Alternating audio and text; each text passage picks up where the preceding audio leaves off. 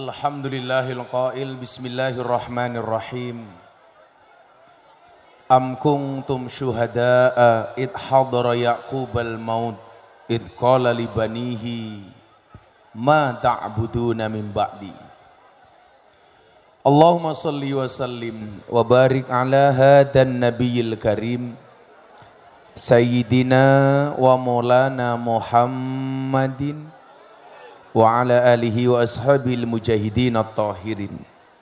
Rabbi shrah li sadri wa yassir li amri wahlul 'uqdatam min lisani yafqahu qawli. Amma ba'du. Hadratal muhtaramin, para masyayikh, para kiai, alim ulama, tokoh agama, tokoh masyarakat, para sepuh bini sepuh yang saya muliakan, para pejabat yang berkenan hadir dalam semua tingkatannya. Hadir Pak Kapolsek, Pak Danramil, mungkin Pak Camat, Pak Lurah, RT RW yang saya hormati. Sohibul Hajat sekaligus panitia pelaksana pengajian Walimatul Khitan Muhammad Fatih Al-Fariq, putra Bapak Fariqin Al-Faruq. Oh, menarik jenenge iki. Anake Fariq, bapake Faruq. Endi wonge? Keren, ingah-ingih iso ngundang Gus Miftah. Tepuk tangan untuk Pak Fariqin beserta Ibu Turiah. Ini rangkaian ngaji saya Jawa Tengah, masih ada satu tempat nanti malam di Cilacap, langsung ke Jakarta. Besok sayang dia diundang pengajian Isra Mi'raj oleh Bapak Prabowo Subianto. Berarti Farik berani ngundang saya, berarti kelasnya Mas Farik seperti Pak Prabowo. Tapi bedanya di sana amplopnya jelas, di sini. Serta Bapak Ibu warga masyarakat Desa Karangsambung, Karangsembung, Kecamatan Nusawungu. Kok kamu pakai biru, pendukungnya Prabowo ya?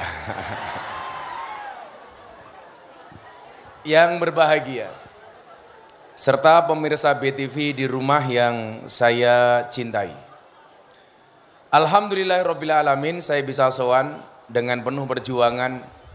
Tadi agak jauh masuk sini, jalannya ya amoh. Beli kecap, dapatnya bawang. Hei Bupati Cilacap, kok jalanmu banyak berlobang?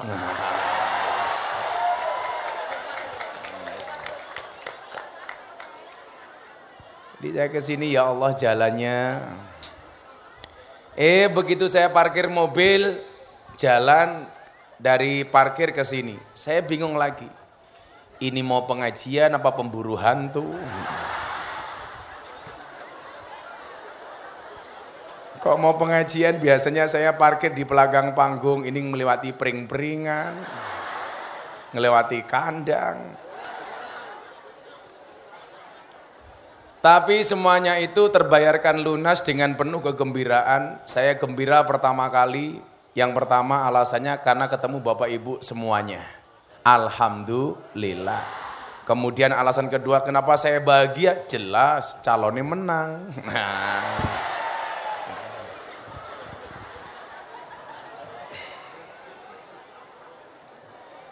Bapak Ibu yang saya muliakan, kita sering menganggap anak itu sebagai objek. Sehingga seolah-olah apapun yang dimau oleh orang tua itu harus dijalankan oleh anak. Sehingga banyak orang tua yang emosi ketika kemauannya tidak dijalankan oleh anak. Kenapa itu terjadi? Alasannya adalah karena anak dianggap sebagai sebuah investasi. Sehingga apa? Begitu banyak harapan orang tua yang diberikan kepada anak. Sehingga orang tua kadang-kadang emosi kalau anaknya nakal. Padahal saya sering bilang, ingat Bapak Ibu, anak kecil nakal itu tanda kecerdasannya, tapi orang tua yang nakal itu tanda kebodohannya. Emangnya yang nakal anak-anak tok? Orang tua juga bisa nakal. Umpamanya kayak kiye, alasannya BTN, bocah tua nakal kayak kiye. Lucunya apa? Kalau anak nakal kita sering marah, tapi kalau orang tua nakal kadang-kadang malah ada pemakluman. Disinilah kemudian dipentingkannya apa yang disebut dengan metode parenting. Bagaimana orang tua mendidik anak-anaknya. Karena harus kita akui Bapak Ibu, zaman ini semakin berkembang. Ilmu pengetahuan semakin maju. Contoh, hari ini mungkin saya tidak bisa mengerjakan matematika PR anak saya kelas 3 SD. Karena pelajaran yang paling saya benci itu matematika, Pak. Saya itu belas gak bisa matematika, Pak. Tapi pinter cari duit. Ibu-ibu kalau cari suami pilih yang mana? Pinter matematika gak pinter cari duit? Atau pinter cari duit gak bisa matematika? Tetap saja yang pinter cari duit. Apalagi istri sekarang Pak, itu menganggap duit lebih penting dibandingkan suami. Betul Bu? Makanya suami itu, mohon maaf, istri itu nggak urusan, suaminya nggak pulang, yang penting uangnya pulang. Pagi baru bangun, suami disuruh pergi cari duit. Pulang dompetnya dirazia, yang dicari juga duit. Mau tidur yang diomongkan juga duit. Lama-lama suami nggak dikeloni, yang dikeloni duit. Makanya teori saya benar. Teori saya itu apa Bu? Laki-laki itu semakin kaya, dia semakin butuh perempuan. Tapi perempuan semakin kaya, dia tidak butuh laki-laki. Laki-laki itu semakin kaya, dia semakin nakal. Perempuan semakin nakal, dia semakin kaya. Makanya jangan kaget Pak. Perempuan itu mohon maaf banyak cewek cantik itu suaminya jelek dan merongos. Kenapa? Karena yang dilihat bukan merongosnya tapi duitnya. Yang lebih mengutamakan duit dibandingkan wajah biasanya ciri-cirinya jilbabnya coklat.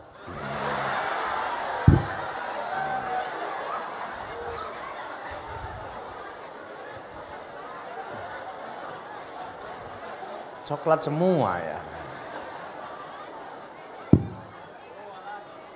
Nah, disinilah dibutuhkannya ilmu parenting. Karena kita hari ini berbicara soal anak. Muhammad Fatih Al-Fariq. Wah, qalqalah kubro. Al-Fariq. Bapak Ibu,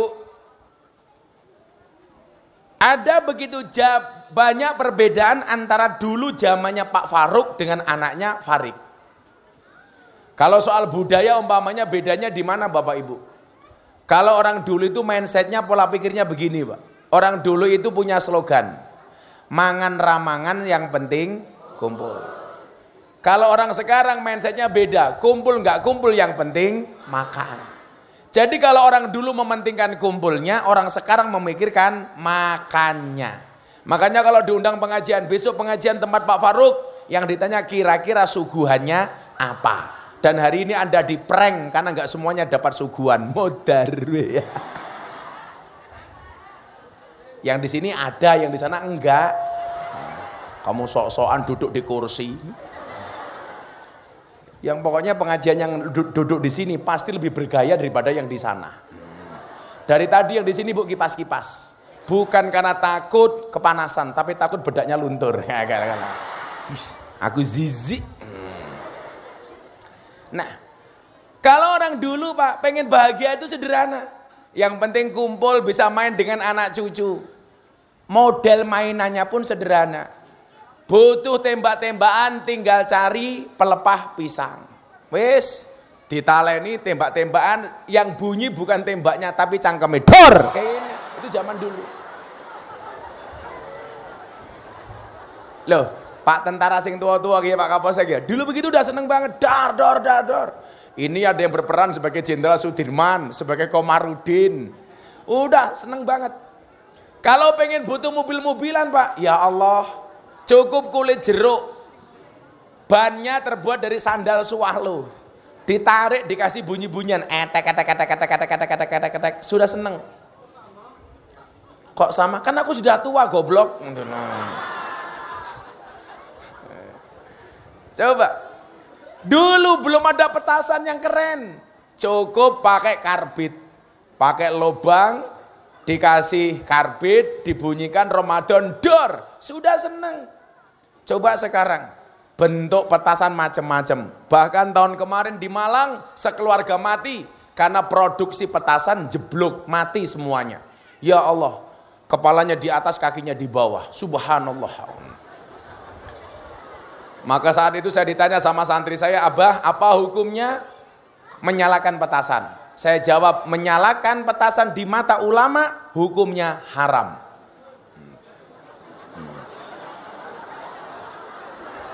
Tolong diingat ya, menyalakan petasan di mata ulama hukumnya haram.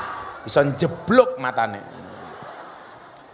Saya kemarin ditanya tentang tinta pemilu dan, Bah, apa hukumnya mencelupkan tinta pemilu? Saya jawab, mencelupkan tinta pemilu di mata ulama hukumnya haram.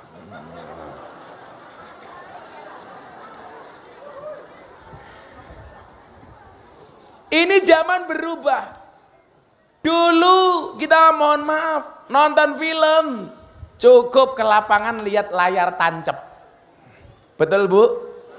Kalau anak-anak kecil kayak si Farik ini nggak kenal layar tancap. Kamu tahu layar tancap, Le? Nggak ngerti. Karena sudah zamannya top up FF. Kalau dulu kita itu Bapak Ibu nonton sundel bolong di lapangan pakai layar tancap, sudah senengnya minta ampun. Berbondong-bondong. Dulu kita lihat cewek bolong dikit sudah gumun. Wow. Sekarang nggak gumun Pak, kalau dulu sundel bolong yang bolong hanya punggungnya, sekarang cewek bolong semua. Kalau dulu ada celana agak tinggi dikit di atas dengkul, namanya celana apa? Hawaii. Zaman dulu tahu Hawaii Pak ya? Kalau sekarang nggak ada Hawaii Pak, adanya wahai. Karena semua orang di Hawaii, hai. Makanya itulah kenapa saya pakai kacamata terus-terusan. Supaya kalau ada yang seksi, mata saya ngelirik nggak kelihatan. Rasa melu-melu wis tua.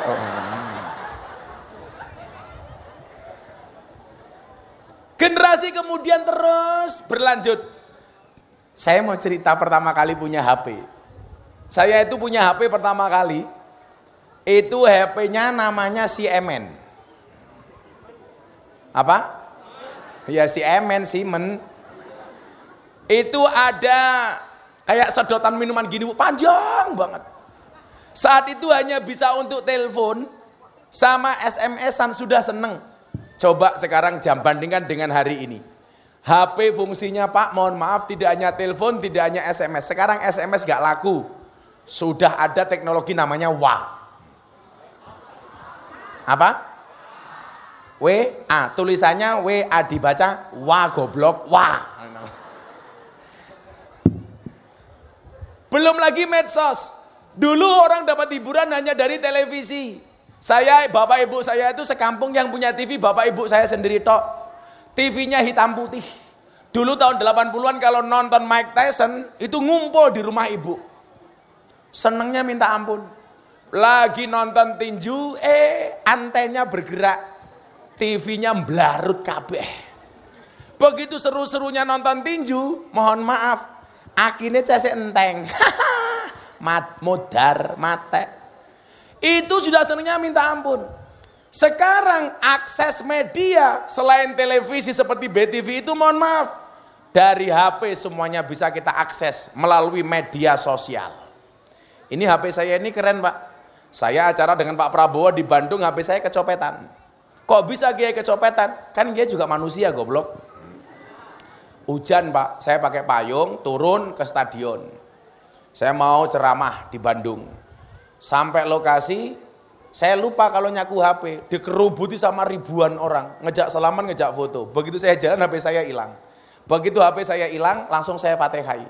Karena saya tahu mesti copet ini akan menjual HP saya ke counter HP.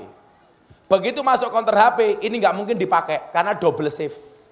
Kalau HP sekarang mohon maaf ada iklan macam-macam nggak bisa dipakai. Saya yakin yang akan dilakukan hanya di kanibal, dijual spare partnya tok. Lah kebetulan saya itu suami yang setia sama istri, wallpapernya gambar saya sama istri. Begitu HP-nya dicas sama yang beli 7.500.000 dibeli HP saya, dicas muncul gambarnya Gus Miftah sama istri. Langsung orangnya keringat dingin Pak, berarti ini HP copetan. 1:30 asisten saya ditelepon, apa benar Gus Miftah kehilangan HP? Iya, akhirnya dikembalikan ke Semarang. Begitu orangnya datang dia minta maaf, counter. Akhirnya saya ganti 15 juta. Akhirnya ini copetnya badi 7,5 juta, counternya badi 7.500.000. Tapi minimal HP saya balik Pak. Untung yang nyopet bukan kamu. Makanya hikmahnya tolong para suami kalau punya HP wallpapernya dipasang suami istri. Kalau kamu kan nggak berani. Kalau saya jelas, kan aku tipe suami yang setia. Terangnya. Ajal Faruk tak ndelok HP-mu ki kontakmu, kontake bojomu ning HP-mu jenenge sapa? Hayo ndelok kene. Wani ra. Ayo buka-bukaan.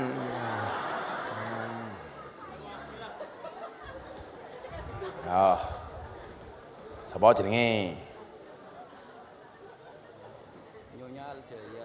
Wah, Nyonya Aljaya. Opo? Wong malah jenenge Aljaya itu apa? Nama toko. Oh, berarti toko kamu banyak. Sini Nyonya Aljaya, soalnya nyanyi sana Nyonya Albudi ya, bojomu oke. Ngawur. Kalau saya dibaca coba nama di sini siapa istri saya? Baca. Ibu negara tercinta. Oh. Enggak diragukan Pak, ibu negara tercinta. Wah. Keren. Saya itu kalau WA sama istri saya boso Pak. Tuh, saya tadi di sini aja masih sempat nyarikan GoFood istri saya. Saya udah makan belum? Sampun Bah, tapi mboten enak. Ya udah saya GoFoodkan. Saya tanya lagi, enak sayang? Coba. Cie. Aku kan suami romantis. Punya HP. Tenan. Bojone sing kae. Bojomu sapa jenenge ning HP? Rawani. Laki-laki itu kurang ajar, Bu. Baru menikah, nama istrinya di HP siapa, Pak? Bidadariku. 5 tahun pernikahan, istriku. 10 tahun wis ganti, satpam. 15 tahun, mak lampir. 20 tahun, Israel. Mbok Pak Kapolsek lho, sak galak-galake ning kantor karo anak buah. Di rumah ketemu istrinya. Apa meneh kiai. Sak pinter-pintere kiai digetak bojone goblok ndadak. Kalau Gus Miftah insyaallah. Siapa yang bilang sama? Lebih parah. Ya Allah. Shallu ala Nabi Muhammad. Nah, zaman sekarang ini disebut dengan zaman digital. Apa-apa serba digital. Makanya medianya banyak, ada Facebook, ada Instagram, ada TikTok, ada Twitter, ada Thread. Ternyata medsos itu Pak tergantung kelompok umur Pak. Kalau TikTok itu rata-rata digemari sama anak-anak muda. Walaupun sekarang sudah ada tua pakai TikTok. Instagram usia matang, Facebook tuwek. Oh, lak micet ki rupa-rupa codot garangan ini ki micet ini. Saya itu ternyata informasi saya benar. Kalau Facebook itu rata-rata yang punya orang tua dan. Makanya saya punya jamaah usianya 60 tahun. Jam 11 malam update status. Ada enggak yang mau jadi imamku? Ya Allah, rondo 60 tahun. Akhirnya saya jawab, ada Mbah. Sinten Gus? Israel. Nah, zaman digital semuanya sudah berubah. Dulu munculnya HP pertama kali itu Nokia, slogannya apa? Connecting the people. Menyambungkan sesama manusia. Dulu HP itu punya slogan mendekatkan yang jauh. Tapi hari ini saya tambahi. Gara-gara media sosial slogannya ditambahi. Kalau dulu HP itu mendekatkan yang jauh, sekarang justru menjauhkan yang dekat. Karena sama-sama di kamar, suaminya pegang HP, istrinya pegang HP. Suaminya lihat apa, istrinya lihat apa. Suaminya chatting sama siapa, istrinya chatting sama siapa. Itu yang saya sampaikan orang Jogja. Kalau orang Cilacap, insya Allah luweh nemen. Punya HP enggak? Malah tenan nih, ra percaya. Isinya apa? Ternyata isinya kosong. Sebenarnya pemilu itu kan kayak kemarin dan itu ramenya cuma di medsos. Kalau masyarakat di bawah itu ya biasa-biasa saja itu. Gara-gara medsos, pemilu kelihatannya medeni. Kalau saya kemarin mengkampanyekan jangan golput. Karena ada perbedaan antara di TPS sama di kamar. Kalau di TPS itu bisa milih, bisa nyoblos. Kalau di kamar hanya nyoblos gak bisa milih. Cie.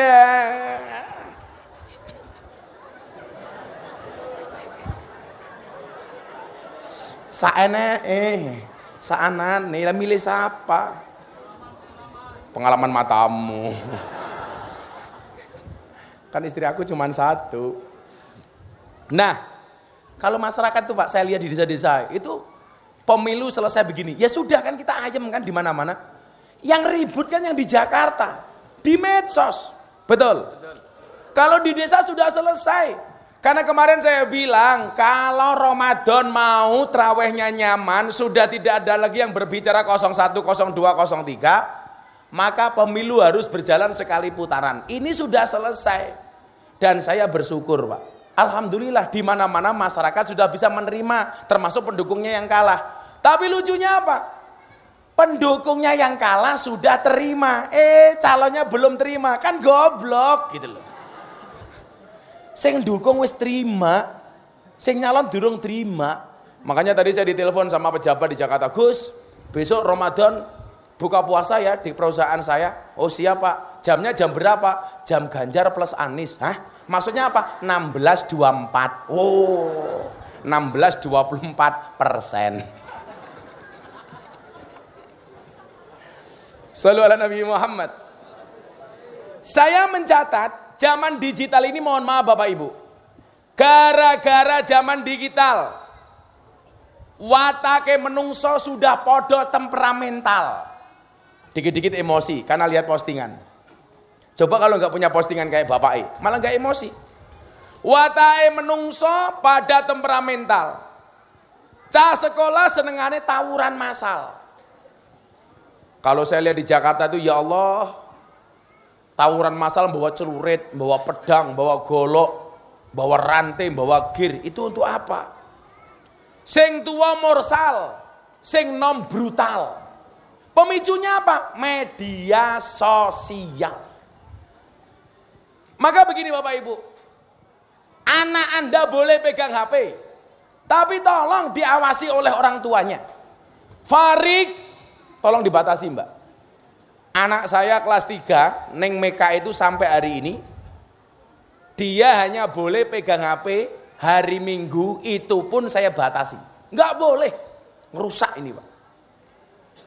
Apalagi di saat saya diserang, dibully, dicaci maki. Anak saya, istri saya nggak boleh lihat media sosial. Saya itu kan sering jadi sasaran caci maki.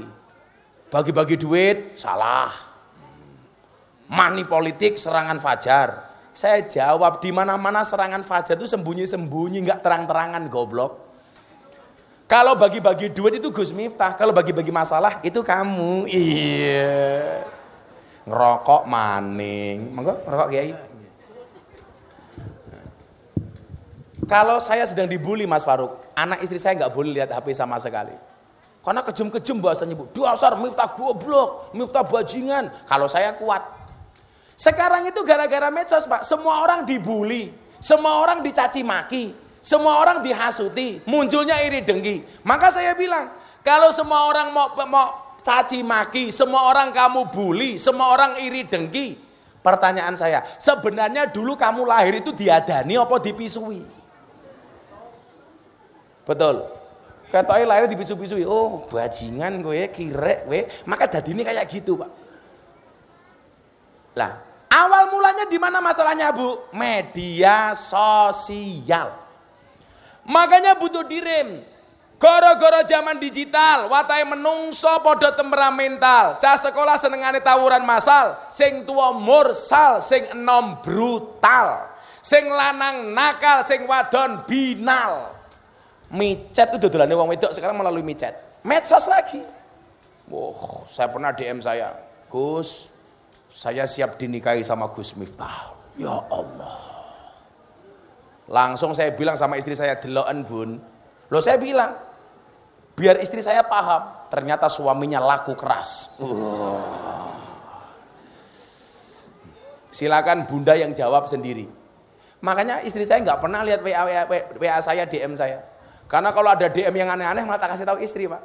Coba kalau kamu sembunyi-sembunyi, cie, di hadapan istri, saya nggak mau. Istrinya pergi, nomor WA berapa? Itu ngerusak, Pak. Rusak. Maka kemudian butuh rem. Remnya apa? Ya iman. Supaya imannya terjaga bagaimana? Ya ngaji. Maka terima kasih Pak Faruk, gara-gara wasilah anakmu sunatan bisa menghadirkan sekian banyak orang. Mudah-mudahan menjadi amal kebaikan untuk Pak Faruk. Amin. Kita doakan Pak Faruk panjang umur. Sehingga orang sedunia mati Pak Faruk hidup sendiri. Amin. Ya sebelum dilanjutkan selawat dulu yuk. Kowe malah ngerekam tok ora. Iki yo mangan bae cangkeme. Santet meteng ya. Ayo le selawatan le. Judulnya apa judulnya? Gampang kok tak sangoni. Oh Kiai Sugih. Kan Kiai ini praroro.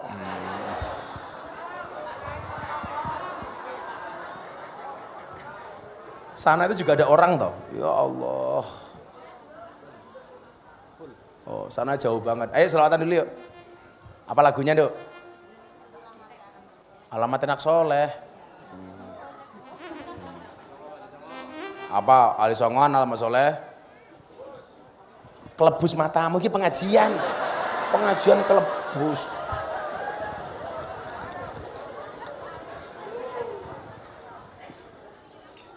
Nah, sampai Wali Songo bisa enggak?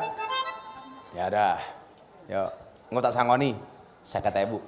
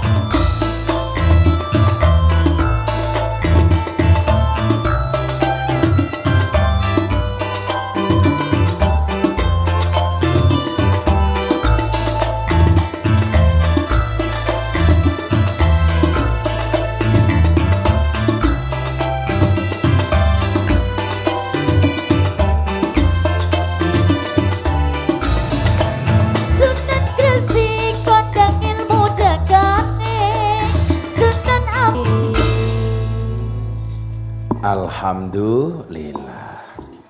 Wis ngoni rong. Urung. Rok ngundang ra nyangoni to rok. Nyo tak sawer. Iki ra melu nyawer, ngatur-ngatur.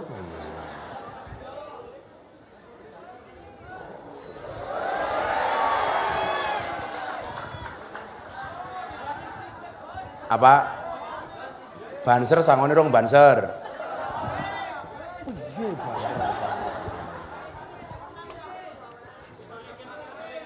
Solikin. Kin anakmu iki lho Kin, kita ternyata. Ayolah. Jadi sing ngendi ya? Yatiman siapa? Ya rupamu elek temen ya. Yaudah. Anak-anak apa namanya ini? CSA. Apa maning CSA? CSA.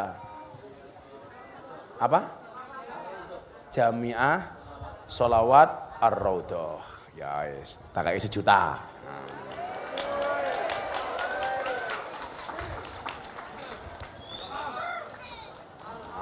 Mbak E, udah nikah belum? Ditanya, udah nikah? Oh sampun, ya. Pasti suamimu nggak secakap aku. Iya. Bedanya untuk beli bakso. Ini solikin dene bakso, nggih tuku rokok, banser. Kin solikin. Wis 1 juta.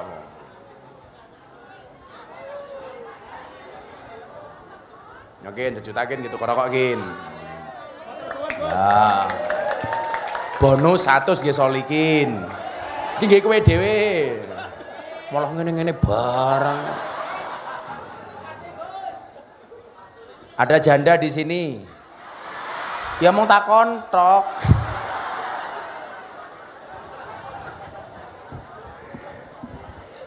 Ada janda langsung ngacung. Es teh matamu, es teh wae. Kayak tadi siang Pak, saya borong es teh. Saya pikir ya cuma 5 orang, ternyata 20 orang bakulnya. Waduh. Alasannya kan kayak ini Prabowo. Alah. Suwe-suwe sedih aku jadi kayak ini Prabowo. Yang penting menang ya. Yes, oke gas. Sorry ya. Nah, ternyata Bu, sapa bojomu jenenge? Tor Riyah. Sing lanang jenenge warap banget. Fariqin Al-Faruq, sing wedok Turiyah. Ya Allah. Turiyah nyonya Oljaya. Sok gayal. Siapa jenenge anakmu? Farik Renedik, sing sunatan tak ndeleng manuke kayak apa.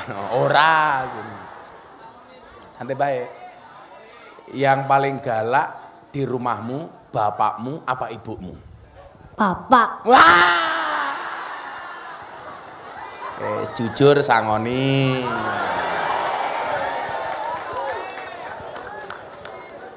Ya, sangoni 300.000 nya. Suwun, Gus. Iki wis diketok rong manuke. Wis. Kalau belum tak sarankan supaya sunatnya bagus. Sunatnya di Kabupaten Jepara. Mesti bentuknya ukir-ukiran.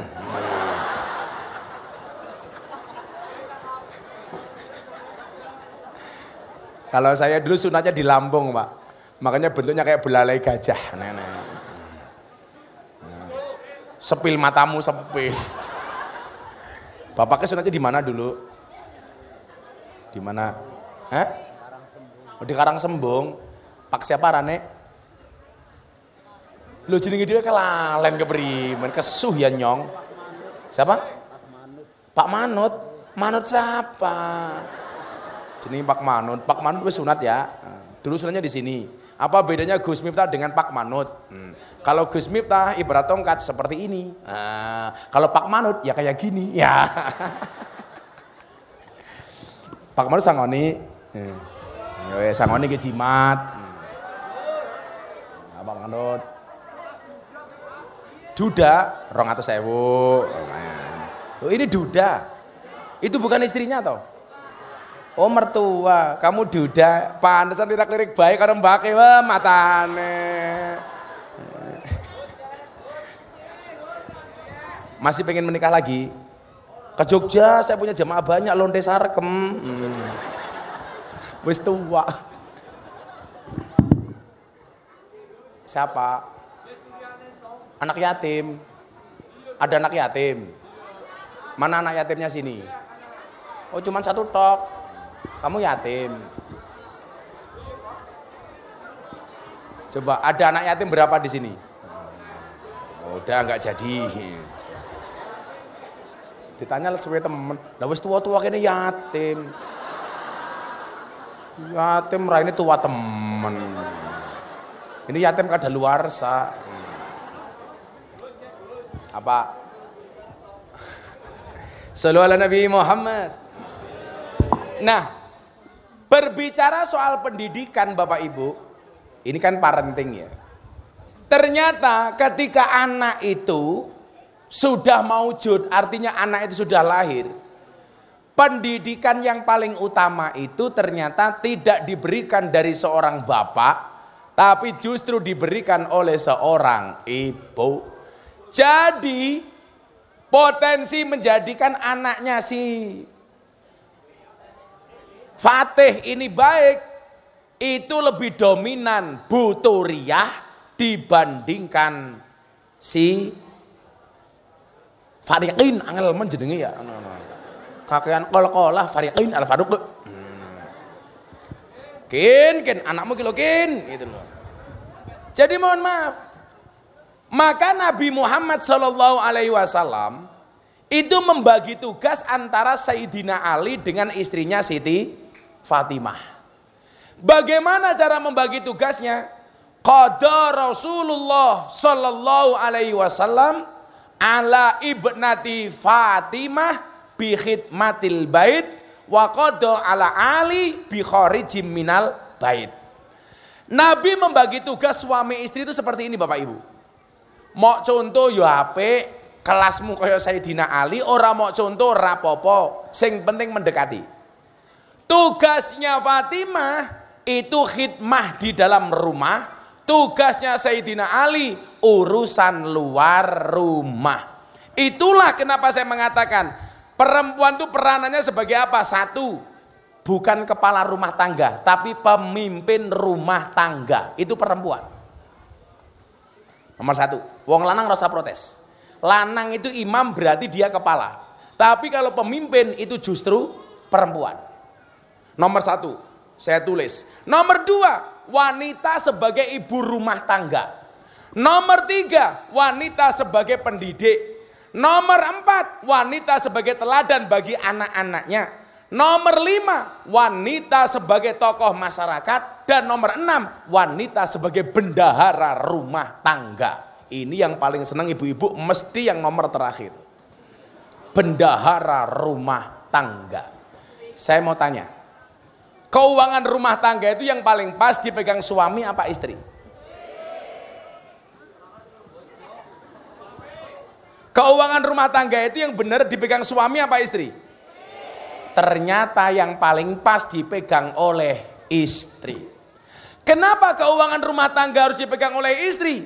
Karena kalau keuangan rumah tangga dipegang oleh suami, berpotensi membahagiakan istri lainnya. Oke. Yo, tapi perempuan tuh yo nggak usah kemelinti lah. Kadang-kadang perempuan itu Bu, Pak, kalau sudah punya wewenang pegang uang, itu menangan. Uang yang sudah masuk kepada istri nggak bisa diminta oleh suami. Betul? Perempuan itu matematikanya cuma dua, penambahan sama pengalian. Nggak ada pengurangan, apalagi pembagian. Jangankan uangnya suami loh, uangnya anak lebaran loh iso hilang.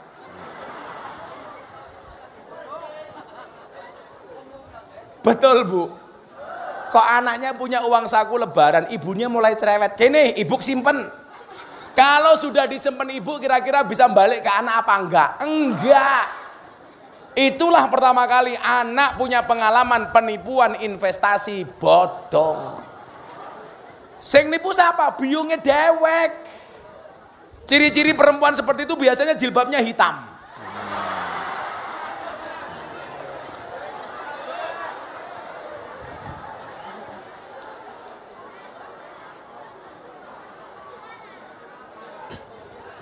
Kalau keuangan saya ini buka-bukaan ya, saya belum buka ini Mas Faruk.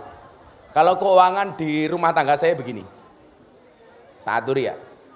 Kalau dana perjuangan itu semuanya masuk rekening yayasan. Contoh, kayak besok ini Ramadan saya punya kontrak di salah satu stasiun televisi. Sekian nominalnya. Itu sama sekali nggak masuk rekening saya. Langsung masuk rekening yayasan. Saya pengajian ke sana kemari, kok dititipi sangu sama panitia. Kalau biasanya di sana-sana dikasih, nggak tahu kalau di sini dikasih apa enggak saya nggak tahu. Kayaknya kalau kelasnya Faruk ya murah ditawar kayak gitu.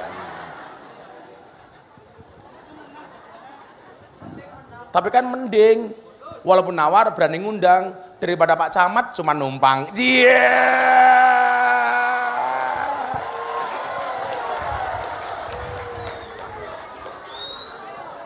Lurai primen pada baik. Endi lurai? Oh, halo Pak Lurah. Lurah jabatan 8 tahun, 2 periode 16 tahun kok nggak bisa ngundang sendiri.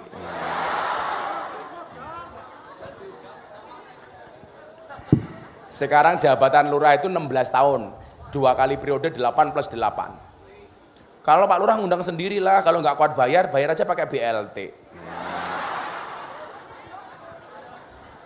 Kalau nggak kuat bayar pakai SKTM, surat keterangan tidak mampu. Langsung Lurai bisik-bisik sama Kapolsek, Kiai ini bajingan. Ya lu hebat sih Faruk. Ruk, kalau kamu punya rumah supaya setannya tidak masuk ke dalam rumah, dikasih kaligrafi di depan pintu itu, Bapak Ibu semuanya ya, ditulisi khot tulisannya Umar Al-Faruq. Umar sang pembeda. Umar itu disebut namanya saja jin setan demit takut. Saking hebatnya Umar bin Khattab. Makanya kalau punya perusahaan takut ada setan tuyul masuk ditulisi Umar Al-Faruq di depan pintu. Tapi lucunya yaitu Pak suami itu. Umar itu setan, jin, demit, iblis takut sama Umar. Tapi pulang rumah Umar takut sama istrinya Pak.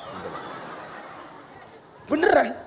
Jadi setan saja takut sama Umar, tapi Umar takut sama istri. Jadi kalau kelasnya si Faruk kalah sama Turiah, ya lumrah. Makanya rata-rata wali-walinya Allah itu ciri-cirinya istrinya galak. Contohnya Umar. Makanya kalau si Faruk istrinya galak itu 2 kemungkinan, Ruk. Kemungkinan pertama kamu diangkat jadi walinya Allah, amin. Atau kemungkinan kedua, min alamatil stroke.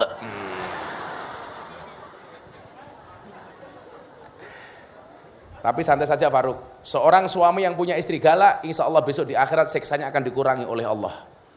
Kenapa? Karena selama di dunia sudah sangat tersiksa. Makanya si Turiah saya pesan satu, suamimu itu jangan dionek-onek terus, jangan dimarahin, didiamkan saja, insya Allah mati sendiri. Nah, perempuan ini menjadi penting Pak dalam masalah parenting. Makanya para suami, calon-calon suami kayak yang jomblo-jomblo itu untuk menjadikan anak yang baik itu bukan ketika anak sudah lahir, tapi dimulai dari cara kamu memilih istri. Tak kasih tips 1. Dulu kiai saya bilang begini dan, kowe lak golek istri, carilah istri yang dulu ketika bayinya dikasih susu ASI sama ibunya 2 tahun. Loh, yo takon dhisik goblok. Kowe ra mok takoni malah mok susu dewe. Saya dulu bertanya-tanya Pak, kenapa alasannya kok disusoni 2 tahun? Ternyata secara mental dan psikologis Bu, anakmu itu lebih dewasa, lebih full spirit ketika anak itu dikasih susu ASI 2 tahun. Karena ASI 2 tahun itu perintah Al-Quran Duk. Tolong ya, hikmahnya itu banyak. Al-Quran mengatakan wal walidatu yurdi'na auladahunna haulaini kamilaini liman aroda ayyutimmar rodoah. Nyusoni anak itu 2 tahun Bu. Ibu nyusoni anak 2 tahun saja, ibunya masih berpotensi kena penyakit mastitis. pembengkakan sisa ASI. Apalagi kalau kurang 2 tahun. Lah Al-Quran itu memerintahkan nyusoni 2 tahun. Makanya yang bikin program susu gratis ya nomor 2. Kok pas ya? Kamu duda denger susu malah ketawa-ketawa.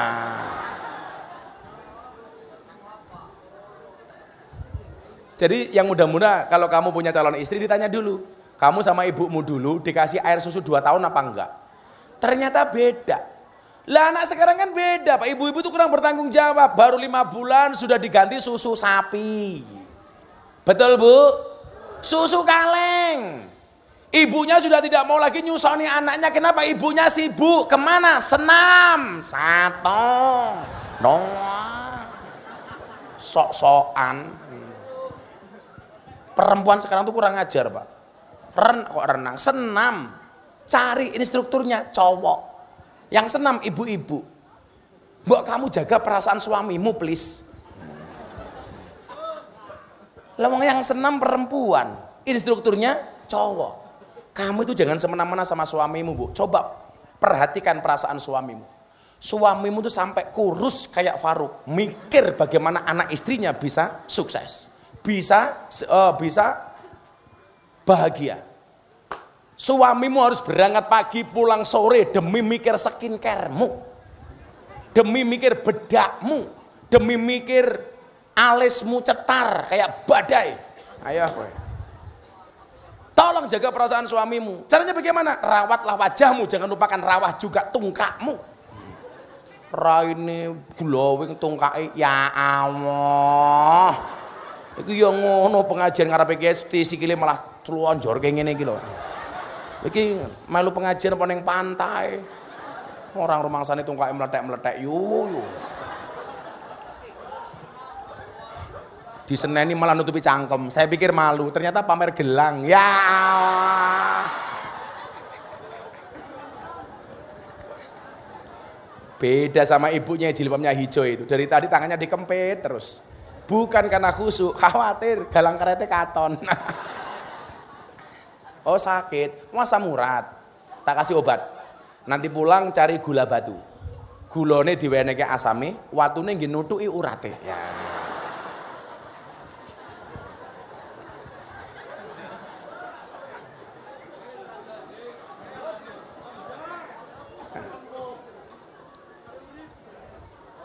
Ternyata saya dulu bertanya-tanya begini, kenapa kok nyari istri yang susu ASINya 2 tahun? Ternyata secara mental dan psikologis itu beda Bu. Makanya dulu ketika saya mau menikah sama istri saya langsung bilang sama mertua saya, Pak, saya boleh tanya enggak? Apa? Dulu calon istri saya itu nyusunya 2 tahun apa enggak? Mertua saya malah marah-marah. Durung-durung wis takon susu.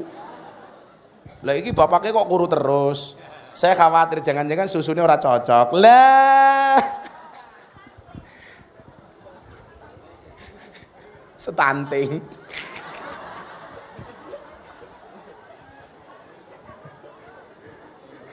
Korban stunting Kiai ya. Pak siapa namanya? Nasrullah. Jenenge apik banget, Nasrullah wa fathun qarib. Pak Kiainya sini ya, Pak Nasrullah. Pak Kiai sangoni lah. Aku lah karo Kiai iki seneng kok. Tuku rokok 500.000 Kiai. Ya ora apa-apa sesama pendukungnya Praproro.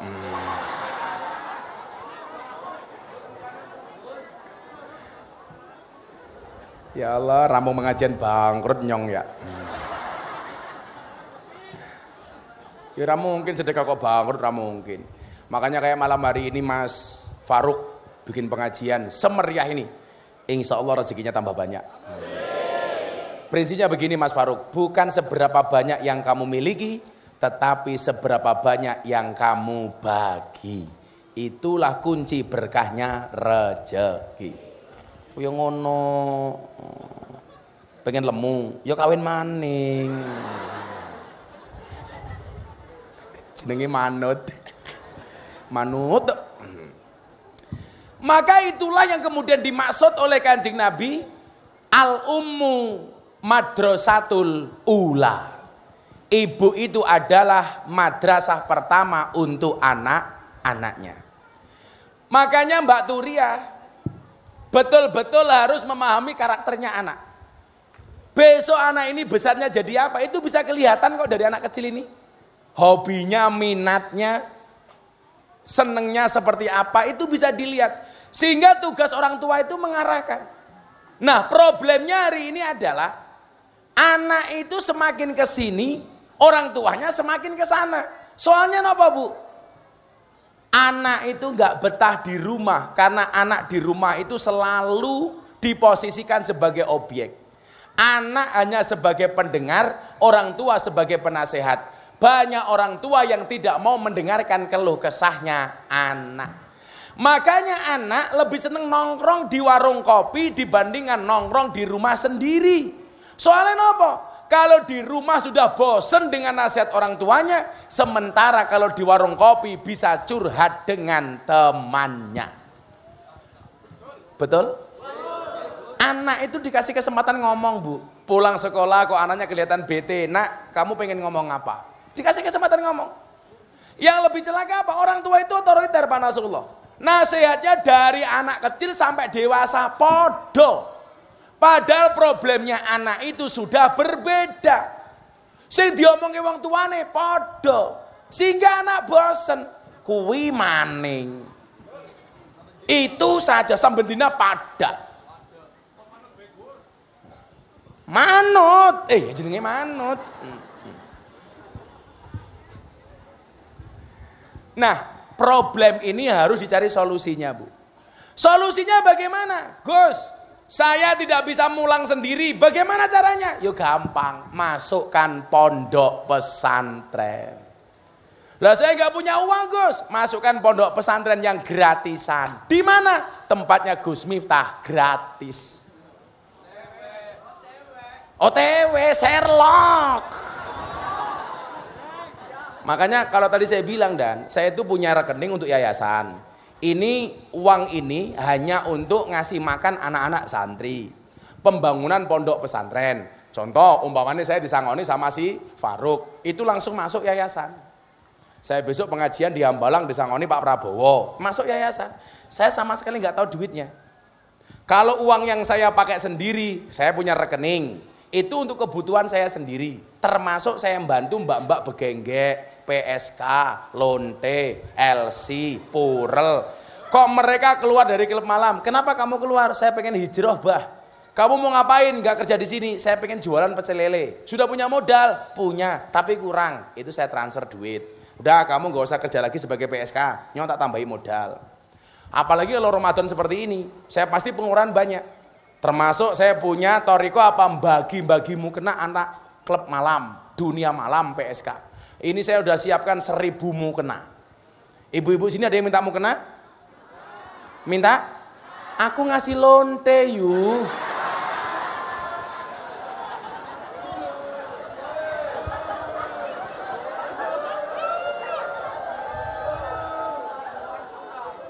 Inyong menai gang sadar. Ya apal temen. Purwokerto ya gang sadar, Batang ya Penundan, Semarang ya Sunan Kuning. Yo tahu sana semua, kan aku ketemu Manu di sana. Ya apalah. Sehingga mohon maaf Pak, saya itu nggak pernah tahu ya uang ngaji itu untuk apa ya di yayasan. Kalau orang-orang itu selama ini suudon, wah Gus minta menumpuk-numpuk duit, oh salah. Untuk operasional saya punya perusahaan. Sehingga uang-uang ngaji yang dititipkan ke pondok itu jatahnya anak-anak santri. Saya begitu Pak Nasrullah. Istri beda lagi, tak kasih rekening sendiri untuk anak-anak dapur. Sudah kamu. Kebetulan istri saya itu nggak pinter pakai duit. Saya kemarin ngaji setengah bulan tak tinggal. Saya kampanye ngalor ngidul untuk Pak Prabowo. Istri saya tak kasih ATM. Saya pulang uangnya utuh. Ternyata saya lupa nggak tak kasih nomor PIN.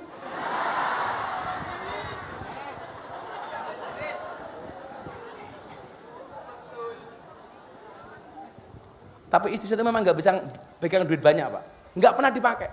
Dulu pas cancer, istri saya itu dikasih musibah, ujian oleh Allah kanker Pak, Bu. Divonis dokter mati dalam waktu 2 tahun. Itu dokternya hampir tak pukul kepalanya. Kalau saya nggak sadar saya orang terkenal tak hajar dokter. Masa bilang istri saya meninggal dalam waktu 2 tahun. Suami ketika mendengar seperti itu pasti emosi, Pak. Akhirnya saya ikhtiar, istri saya bawa berobat ke Malaysia. Karena saya nggak bisa nganter terus, yang nganter para santri. Saya bilang sama istri saya, sudah, nyata kasih uang, niatnya nggak usah berobat, niatnya shopping saja. Ya tetap saja nggak belanja, karena istri saya nggak pernah punya barang mewah kecuali saya yang membelikan. Mbok dilaci saya ada uang berapa, kok istri saya nggak nembung, nggak mungkin dia ambil. Nemu duit 1.000 perak saja kok nyuci baju saja, mesti istri saya itu ngomong, nggak pernah le, kok bojoku biayaan yang mall dewe, main ke Malioboro sendiri, nggak pernah. Piye bojomu piye? Piye? Istri saya nggak pernah nge-mall, nggak pernah ke pasar, tapi tiap hari paketan tiki datang terus. Korban TikTok. Tapi ya apa-apa lah. Karena urusan santri itu semuanya istri saya. Itu yang dimaksud dengan bikhidmatil bait, urusan rumah tangga, termasuk keuangannya. Makanya suami itu kalau pengen rezekinya banyak gampang. Muliakanlah istrimu maka Allah akan memuliakanmu. Setuju, Bu?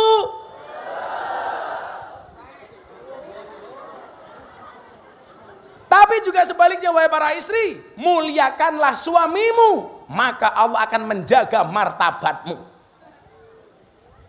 Wong lanang golek duit kayak sing wedok, dijaluk sing lanang ora entuk. Akhirnya sing lanang stres. Malah manut jawab, untung inyong dudak.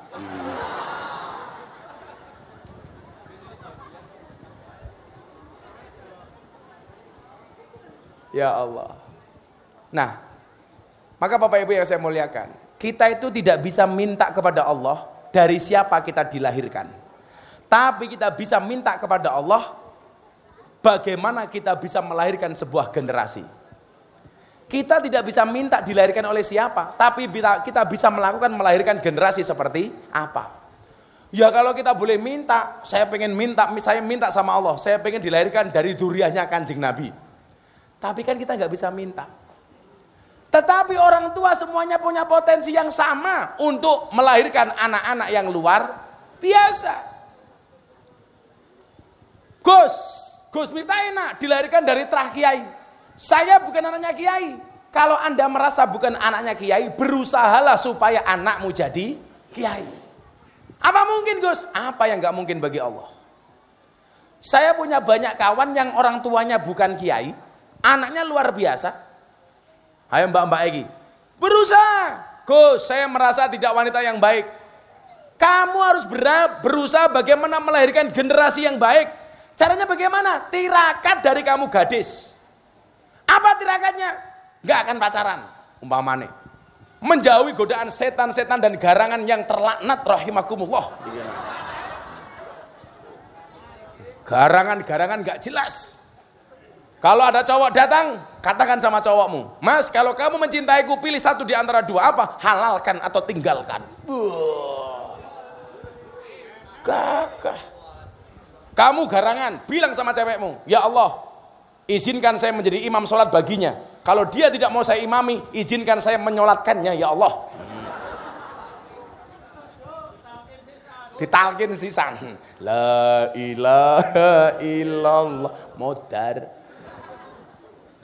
Makanya Bu, punya anak gadis, pengen anaknya, cucunya bagus. Kamu Fatihah untuk calon istri anakmu. Siapapun yang akan menikahi anak saya, ya Allah, mudah-mudahan yang terbaik darimu. Al-Fatihah. Itu keren. Makanya kalau ada yang melamar anakmu, tolong yang pertama ditanyakan itu ibadahnya, bukan pekerjaannya. Rungokno wong tua kuwi. Rata-rata yang ditanya pekerjaannya, gajinya, dan pendapatannya. Persis?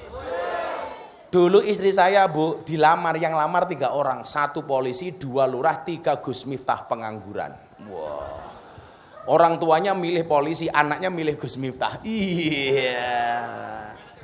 Coba kalau satu istri saya menolak saya, akhirnya hari ini dia hanya akan menjadi penonton saya saja. Makanya saya bilang di balik kesuksesan seorang suami akan ada banyak wanita yang menyesali. Iya. Beda kalau si Faruk, kesuksesan seorang suami seperti Faruk karena ada doa dari seorang istri. Jajal Ruk, istri satu saja sukses apalagi dua.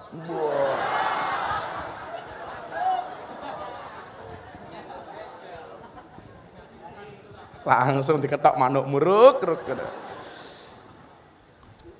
Saya doakan mudah-mudahan si Fariqin menjadi anak yang senantiasa bisa mikul dhuwur mendem jeru. Anak yang sukses dan berbakti kepada kedua orang tuanya, bermanfaat bagi bangsa dan negaranya.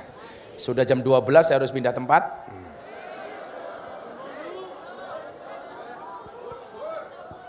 Lembur keprimen, saya maruh Gugus Munib di Banyumas. Besok subuh saya harus nyampe Jakarta. Doakan saja mudah-mudahan besok All Jaya bisa pengajian lagi. Ya. Manut rasa melu-melu maneh. Untuk semua anak-anak kita, mudah-mudahan Allah angkat derajatnya, kabulkan semua hajatnya, kabulkan semua mimpi-mimpinya, kabulkan semua cita-citanya. Al-Fatihah.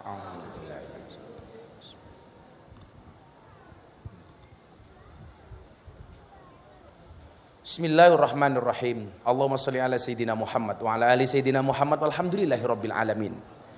Allahumma ja'alna wa auladana wa talamidana min ahlil ilmi wa ahlil Qur'an, min ahli dzikri war riyadah, min ahlil ibadati wa ahlil khair, wa la taj'alna wa iyyaw min ahli syarri wad dhair, innaka ala kulli syai'in qadir. Rabbi ja'alni muqimas sholati wa min dzurriyyati, Rabbana wa taqabbal du'a, Rabbana hab lana min azwajina wa dzurriyyatina qurrata a'yun waj'alna lil muttaqina imama. Rabbi habli minas sholihin, Rabbi habli minas sholihin. Rabbana wasi' alaina arzaqana wa la tahjubna biha an ukhrana. Rabbana atina fid dunya hasanah wa fil akhirati hasanah wa qina adzabannar. Walhamdulillahi rabbil alamin. Pak Faruk dan Bu Triyah matur nuwun. Assalamualaikum warahmatullahi wabarakatuh. Ayo foto sini, foto sini. Mari ngapa?